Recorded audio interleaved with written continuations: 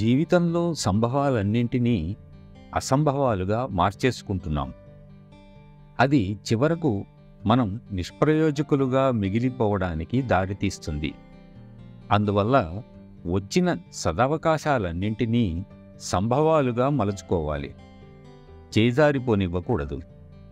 అందుకే సమయాన్ని వృధా చేయకూడదు. మరుక్షణం మనది కాదు. కాలగమనం ఎవరికోసమూ ఆగదు. ఏదీ శాశ్వతం కాదు. ఏ పనైనా చేయాలంటే సమయం కావాలి. సమయాన్ని సద్వినియోగం చేసుకోవడమంటే నా పురోగతి కోసం, నా ఆత్మోన్నతి కోసం, నా ప్రగతి కోసం ఏదైనా చెయ్యటం.